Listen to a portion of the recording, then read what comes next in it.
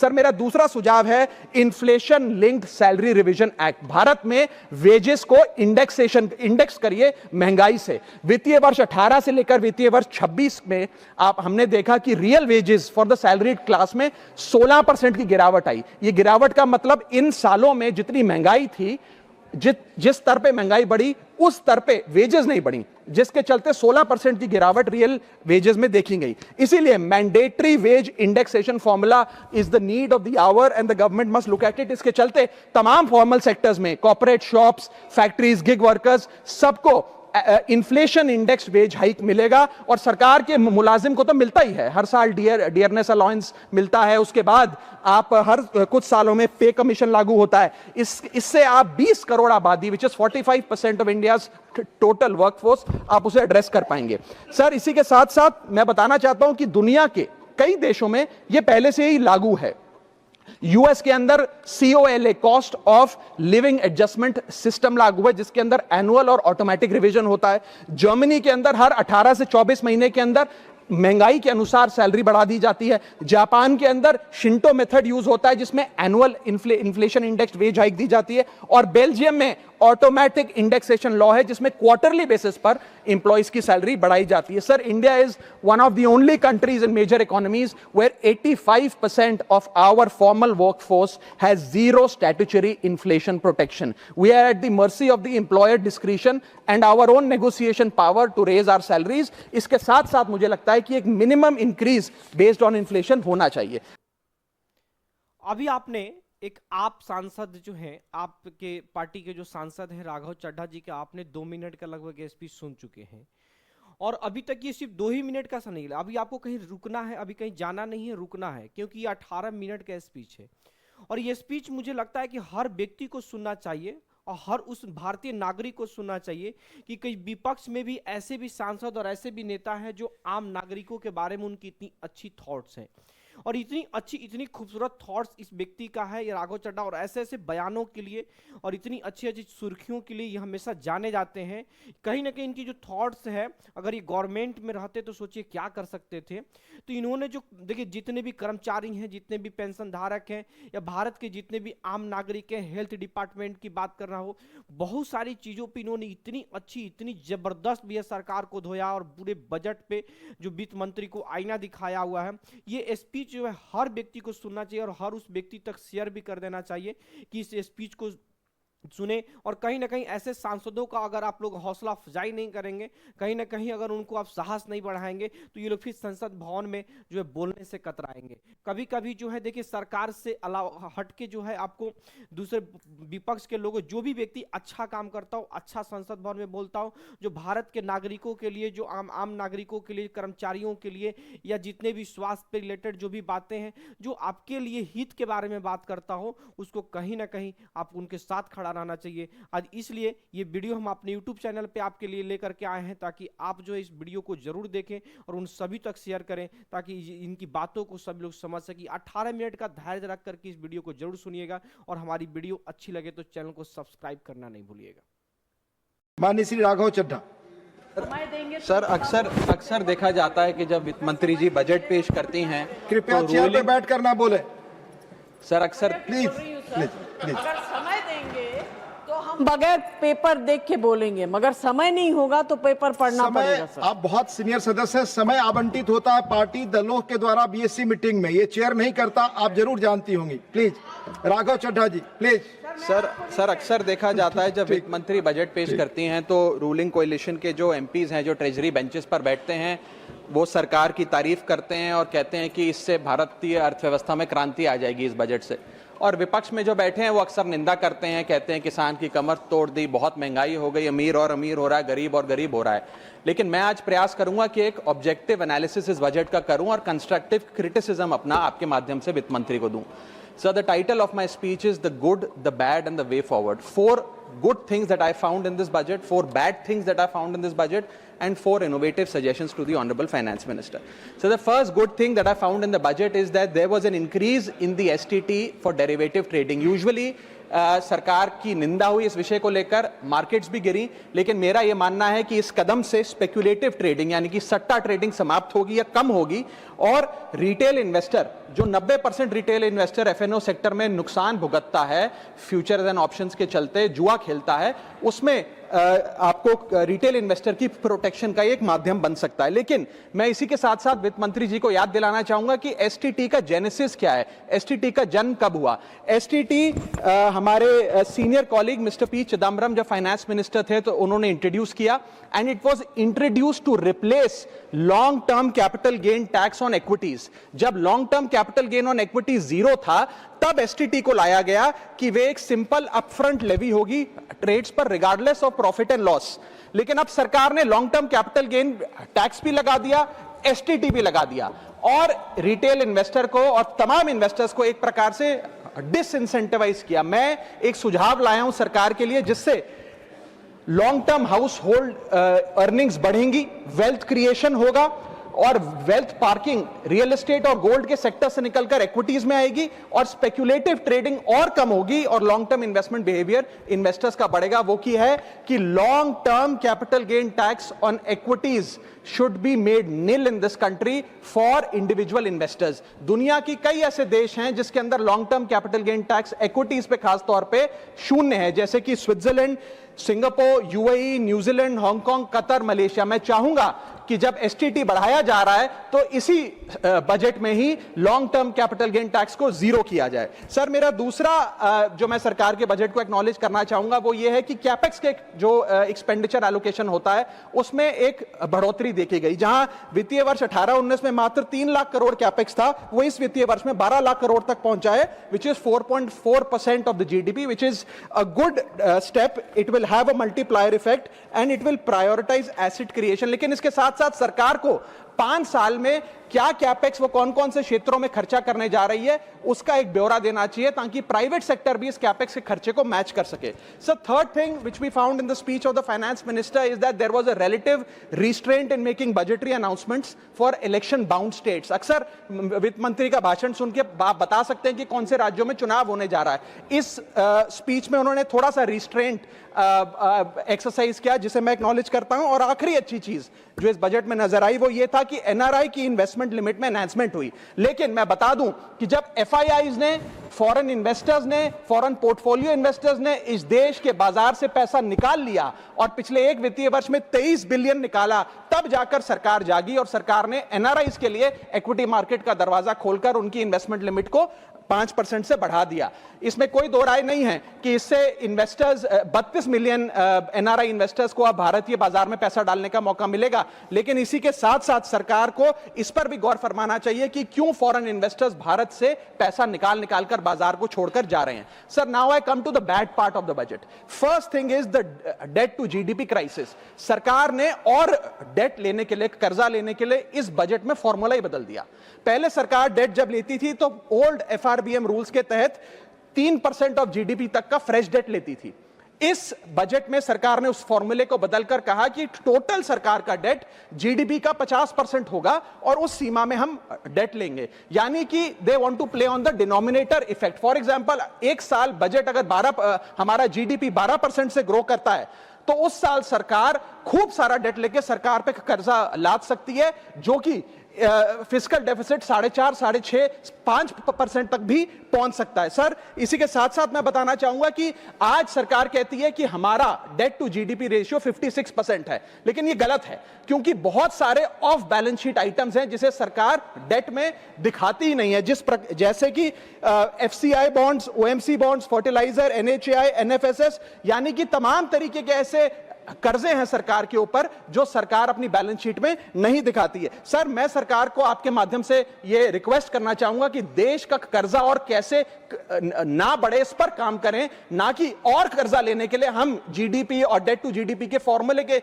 Ratios बदलकर और पैसा कर्जे पे ब्याज पर लेने का प्रयास करें। सर दूसरी दिक्कत जो इस बजट में नजर आई वो ये थी कि इनकम टैक्स स्लैब में चेंज नहीं हुआ। सर हर साल देश का आम आदमी जब वित्त मंत्री जी की बजट की स्पीच सुनता है तो वो इसलिए नहीं सुनता कि पीएलआई की क्या इन्वेस्टमेंट होगी, कौन सा कॉरिडोर बन रहा है। देश का आम आदमी सैलरीड क्लास इसलिए बजट की स्पीच सुनता है कि उसके अंदर स्लैब में कोई रिवीजन होगा, क्या हमारी स्टैंडर्ड डिडक्शन की जो हमें डिडक्शन मिलती है वो बढ़ेगी। लेकिन इस बार बजट में देश का आम आदमी और खास तौर पर देश का मिडिल क्लास डिसअपॉइंट हुआ। पहले ही there has been a stagnation in the salaries, inflation 6.8% पे खड़ा है, लेकिन उसके बावजूद हमने इस बार कोई स्लैब में या स्टैंडर्ड डिडक्शन में चेंज नहीं देखा। मैं आपके माध्यम से वित्त मंत्री जी को रिक्वेस्ट करना चाहूंगा कि आप इसी बजट में अनाउंसमेंट करें कि स्टैंडर्ड डिडक्शन जो 75,000 रुपए उसे बढ़ाकर सैलरीड क्लास के लिए 1.5 लाख रुपए किया जाए। Sir third problem that was there with the budget is that there was no relief for the middle class. Sir after a very long time in India's history the personal income tax collection was more than the corporate income tax collection, यानी कि individuals ने जो income tax भरा वो लगभग 11 लाख करोड़ के आसपास भरा और कंपनियों ने, कॉर्पोरेट ने जो इनकम टैक्स भरा वो लगभग 9.8 लाख करोड़, यानी कि मैक्सिमम टैक्स आपको इंडिविजुअल्स के इनकम टैक्स से मिल रहा है। आप मिडिल क्लास वो टैक्स भर रहा है। आज वो दौर आ गया है कि हम मिडिल क्लास को अपलिफ्ट करें, मिडिल क्लास को पैम्पर करें, नहीं तो मिडिल क्लास एक सैंडविच की तरह रिच क्लास और पुअर क्लास में दबता। वित्तीय वर्ष में मिडिल क्लास ने देखा कि उसके एजुकेशन के खर्चे में 8% की बढ़ोतरी हुई, हेल्थ केयर 9% से महंगा हुआ, रेंट 7% से, फूड 6% से, ट्रांसपोर्ट 5% से। मेरा रिक्वेस्ट यह है माननीय फाइनेंस मिनिस्टर से कि वो इनकम टैक्स में रियायत देकर या तो मिडिल क्लास को कोई रिलीफ दें, और अगर इनकम टैक्स में रियायत नहीं दे सकती हैं तो उसकी सेविंग्स और इन्वेस्टमेंट्स पे उसको बेनिफिट दें, उसे इंसेंटिव्स दें कि वो ज्यादा बचत करे, ज्यादा वेल्थ क्रिएशन कर पाए। Sir fourth problem in this budget that I found was the budgetary allocation to health which is low and which certainly needs a relook. Sir आज हमने अपने टोटल गवर्नमेंट एक्सपेंडिचर का 2% हेल्थ को allocate किया है, लगभग 1 लाख करोड़ के आसपास। नेशनल हेल्थ पॉलिसी 2017 बताती है सर, और सरकार का ये अपना ऑब्जेक्टिव रहा है, गोल रहा है, that spending on public health should be 2.5% of GDP. आज हम 2026 में खड़े हैं, हमारी पब्लिक हेल्थ पे स्पेंडिंग मात्र 0.5% ऑफ जीडीपी। हम अपने लक्ष्य से कोसों मील दूर हैं। जहां यूएस में 18% ऑफ जीडीपी हेल्थ केयर पे खर्च होता है, यूके में 12%, जर्मनी में 13%, स्वीडन में, नेदरलैंड में, डेनमार्क में, जापान में, स्पेन में 10% ऑफ जीडीपी खर्च होता है, क्योंकि वो देश जानते हैं कि जान है तो जहान है। लेकिन हमारे देश में मात्र 0.5% ऑफ जीडीपी हम अपने हेल्थ पे खर्च करते हैं, और इसके चलते आलम यह है कि सरकारी अस्पताल में अगर आप चले जाइए, which is called the backbone of India's healthcare, वहां पर आपको पुरानी जर्जर बिल्डिंग मिलेंगी, मैसिवली अंडरस्टाफ्ड हॉस्पिटल मिलेगा, ओवरवर्क डॉक्टर मिलेंगे, पॉपुलेशन के हिसाब से बेड नहीं मिलेगा, जांच के लिए मशीनें नहीं हैं, दवाइयों की कमी है, और अगर इलाज की, ऑपरेशन की डेट मिल भी जाए तो वो डेट इतनी दूर होती है तब तक मरीज चल बसता है। Sir the reality is that covid made us realise and it was a wake up call for India's public health infrastructure, and I want to ask the house today, are we prepared, God forbid, if there were to be another pandemic or another big sort of raging pandemic in this country, and the answer to that is no। और private अस्पतालों की sir हालात ये हैं कि अगर आज आपको प्राइवेट अस्पताल में इलाज करना पड़े तो आपको लोन लेना पड़ता है, अपने घर के गहने, अपना रियल एस्टेट एसेट बेचकर पता नहीं कितने हजारों लाखों लोग हर साल भारत में गरीबी रेखा के नीचे चले जाते हैं, क्योंकि उन्हें एक हेल्थ इमरजेंसी के चलते प्राइवेट अस्पताल में इलाज कराना पड़ता है। सर जैसे वन नेशन वन इलेक्शन इस देश में लागू किया जा रहा है, वन नेशन वन टैक्स की ओर हम बढ़ रहे हैं, वैसे ही one nation one medical treatment की ओर बढ़ना चाहिए। सबको नंबर 1 मेडिकल ट्रीटमेंट देश में मिले, ऐसी व्यवस्था बननी चाहिए। सर मेरे 4 सुझाव जो आपके माध्यम से मैं वित्त मंत्री को देना चाहूंगा।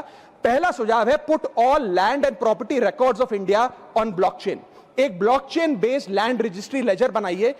पहले 10 मेजर राज्यों शहरों से शुरू करिए, महानगरों से और टियर 2 सिटीज से, जिस ब्लॉकचेन लेजर में हर रिकॉर्ड, हर सेल, हर म्यूटेशन, हर इनहेरिटेंस को एक डिजिटल रिकॉर्ड बुक में डाला जाएगा, जो एक ब्लॉकचेन लेजर होगा, जो टाइम स्टैम्प्ड होगा, टेम्पर प्रूफ होगा, 100% ट्रांसपेरेंट होगा, और रियल टाइम प्रॉपर्टी ट्रैकिंग आप उससे कर सकेंगे, जिसके चलते इंस्टेंट टाइटल वेरिफिकेशन होगा। आज सर हमारा जो रियल एस्टेट का लैंड एंड प्रॉपर्टी रिकॉर्ड का जो बाजार है उसमें अटर कियोस है। कियोस इसलिए है कि लोगों को रजिस्ट्रार के दफ्तर के बाद धक्के लग रहे हैं, दलालों ने उन अफसरों पे पूरी तरीके से कब्जा किया हुआ है, प्रॉपर्टी टैक्स में चोरी होती है, सर्कल रेट को एक्सप्लॉइट करके कैश में प्रॉपर्टियां खरीदी जाती हैं, फर्जी कागज, कब्जे, टाइटल डिस्प्यूट, न जाने क्या क्या चल रहा है, जिसके चलते आज 66% of India civil disputes are land disputes, 45% of properties lack clear title in India. India ranks 133 out of 190 in property registration efficiency. 48% of our properties are under dispute and the average time taken by civil courts to resolve these disputes is 7 years, and 6.2 crore property documents are pending digitization। वो तहसीलदार के दफ्तर में पड़े या registrar के दफ्तर में, उनका डिजिटाइजेशन अभी तक नहीं हुआ। इन सारी बीमारियों का एक ही दवा है, that is national blockchain registry, जिसके चलते प्रॉपर्टी डिस्प्यूट समाप्त होंगे, मिडिल क्लास की वेल्थ अनलॉक होगी क्योंकि वे और ब्याज पे पैसा ले पाएंगे, प्रॉपर्टी टैक्स की कंप्लायंस बढ़ेगी और रीट्स जैसे इन्वेस्टमेंट व्हीकल्स को ब्लॉकचेन वेरीफाइड टाइटल मिलेंगे, उसमें भी बढ़ोतरी देखी जाएगी। इसी के साथ साथ सर दुनिया के कई देशों ने इसे लागू कर दिया है। स्वीडन में यह लागू है जहां पर एक दिन में आप प्रॉपर्टी का ट्रांजैक्शन कंप्लीट कर सकते हैं, वहां डिस्प्यूट रेट 2% है। जॉर्जिया में है जहां 3 दिन में प्रॉपर्टी का ट्रांजैक्शन खत्म हो जाता है, डिस्प्यूट रेट 1% है। और यूएई में है जहां 10 मिनट में आप अपनी प्रॉपर्टी खरीद बेच सकते हैं, वहां डिस्प्यूट रेट 1% से भी नीचे। और वहां हिंदुस्तान में प्रॉपर्टी बेचनी हो तो 2 से 6 महीने लगते हैं और 48% डिस्प्यूट रेट है। सर मेरा दूसरा सुझाव है inflation linked salary revision act. Bharat में वेजेस को इंडेक्स करिए महंगाई से। वित्तीय वर्ष 18 से लेकर वित्तीय वर्ष 26 में हमने देखा कि real wages for the salaried class में 16% की गिरावट आई। यह गिरावट का मतलब इन सालों में जितनी महंगाई थी, जिस स्तर पे महंगाई बढ़ी उस स्तर पे वेजेस नहीं बढ़ी, जिसके चलते 16% की गिरावट रियल वेजेस में देखी गई। इसीलिए mandatory wage indexation formula is the need of the hour and the government must look at it. इसके चलते तमाम फॉर्मल सेक्टर्स में, corporate, shops, factories, gig workers, सबको इन्फ्लेशन इंडेक्स वेज हाइक मिलेगा। और सरकार के मुलाजिम को तो मिलता ही है, हर साल डियरनेस अलाउंस मिलता है, उसके बाद आप हर कुछ सालों में पे कमीशन लागू होता है। इससे आप 20 करोड़ आबादी, which is 45% of India's total workforce, आप उसे एड्रेस कर पाएंगे। सर इसी के साथ साथ मैं बताना चाहता हूं कि दुनिया के कई देशों में यह पहले से ही लागू है। यूएस के अंदर COLA, cost of living adjustment system लागू है, जिसके अंदर एनुअल और ऑटोमेटिक रिवीजन होता है। जर्मनी के अंदर हर 18 से 24 महीने के अंदर महंगाई के अनुसार सैलरी बढ़ा दी जाती है। जापान के अंदर शिंटो मेथड यूज होता है जिसमें annual inflation index wage hike दी जाती है। और बेल्जियम में ऑटोमेटिक इंडेक्सेशन लॉ है जिसमें क्वार्टरली बेसिस पर एम्प्लॉइज की सैलरी बढ़ाई जाती है। Sir India is one of the only countries in major economies where 85% of our formal workforce has zero statutory inflation protection. We are at the mercy of the employer discretion and our own negotiation power to raise our salaries. इसके साथ साथ मुझे लगता है कि एक minimum increase based on inflation होना चाहिए। मेरा थर्ड सुझाव माननीय वित्त मंत्री जी को रहेगा कि स्टेट कैपिटल एक्सपेंडिचर की matching grant, matching funding centre दे, यानी कि हर 1 रुपया जो राज्य की सरकार कैपेक्स पे, कैपिटल एक्सपेंडिचर पे, एसेट क्रिएशन पे खर्च करती है, उसकी मैचिंग ग्रांट 1 रुपया केंद्र द्वारा राज्यों को दिया जाना चाहिए, not as loan but as a grant. आज स्टेट कैपेक्स में 2 बॉटलनेक्स है। पहला बॉटलनेक है बोरोइंग कैप, यानी कि कोई भी राज्य अपने स्टेट जीडीपी से 3% से ज्यादा ब्याज पर पैसा नहीं ले सकता, वो कैपेक्स पे नहीं खर्च करता, वो तमाम तरीके के ऑपरेशनल खर्चे करता है। और सेकंड प्रॉब्लम है कि अगर केंद्र सरकार पैसा देती भी है राज्यों को कैपेक्स के लिए, वो लोन की सूरत में देती है और कंडीशनल लोन की किस एसेट पे कितना खर्च होगा, एक कंडीशनल लोन दिया जाता है। मेरा सुझाव है that replace this loan with conditions given by the centre to grant with trust, grant based on trust by the centre. Sir centre को आने वाले 5 वर्षों के लिए 1.5 लाख करोड़ आवंटित करना चाहिए, not as loan but as these capex grants, ताकि राज्यों में सड़कें बने, इरिगेशन नेटवर्क बने, लोकल पावर इंफ्रास्ट्रक्चर बने, ड्रिंकिंग वाटर सैनिटेशन हो और अर्बन इंफ्रास्ट्रक्चर में एसेट क्रिएशन, एसेट फॉर्मेशन किया जाए। As not as loan, not on interest, not with principal and with no conditionality. अगर ऐसा होता है तो सबसे पहले तो स्टेट की बैलेंस शीट में this grant will not sit as debt, state की बैलेंस शीट सुंदर होगी, बेहतर होगी। दूसरा, खुलकर राज्य कैपेक्स पर खर्च कर पाएंगे। Third, it will be a high growth and a high job creator, ये ग्रोथ मल्टीप्लायर और जॉब क्रिएटर के तौर पे इसका इस्तेमाल होगा, क्योंकि हर 1 रुपया जो आप कैपेक्स पे खर्च करते हैं उससे भारत का जीडीपी 2 से 3 रुपए बढ़ता है in a span of 3 to 5 years। Cooperative federalism मजबूत होगा और साथ ही साथ states will become builders and not borrowers in the eyes of the centre. Sir, मेरा चौथा सुझाव जो माननीय वित्त मंत्री जी के लिए है वो ये है कि legalise virtual digital assets as an asset class. India में अभी सर वैसे ही डी फैक्टो लीगलाइज टैक्सेशन है वर्चुअल डिजिटल एसेट्स, यानी कि crypto currency, stable coin etcetera, क्योंकि अगर उनकी खरीद बेच पर कोई मुनाफा होता है तो 30% फ्लैट इनकम टैक्स लगता है और 1% ट्रांजैक्शन टैक्स जो अपनी वस्तु बेच रहा है उसे सरकार को जमा कराना पड़ता है। But they are somehow not recognised as an asset class. VDS जो वर्चुअल डिजिटल एसेट्स है, इन्हें एक एसेट क्लास का दर्जा नहीं दिया गया, जिसके चलते कोई डेडिकेटेड लाइसेंसिंग लॉ नहीं है, कोई क्लियर कंज्यूमर या इन्वेस्टर प्रोटेक्शन कानून नहीं है, एएमएल कानून यानी कि एंटी मनी लॉन्ड्रिंग गाइडलाइंस और डायरेक्शंस इस एसेट क्लास के लिए नहीं है, and there is of course no explicit legal classification. As a result what has happened is that 4.8 lakh crore trade in this virtual digital assets has moved offshore. Bharat के बाहर निकलकर वो अन्य देशों में, दुबई, सिंगापुर, मलेशिया और अन्य देशों में इसका ट्रेड हो रहा है जो भारतीय कर रहे हैं। Second thing that has happened is that 73% of India's crypto trading volume in financial year 25 has moved to offshore exchanges.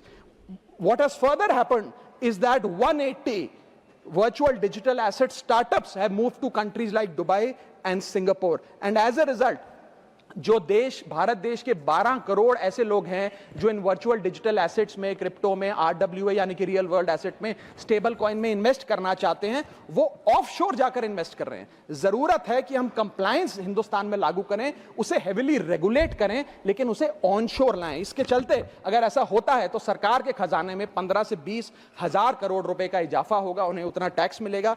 और इसी के साथ साथ मैं सरकार को कहना चाहता हूं that we currently tax these virtual digital assets as if they are legal, but we regulate them as if they are illegal। मेरा सुझाव है कि इसे heavily regulate करिए, रिंग फेंस करिए इस इकोसिस्टम को, AML गाइडलाइंस यानी कि एंटी मनी लॉन्ड्रिंग कानून और मजबूत करिए, लेकिन प्रोहिबिशन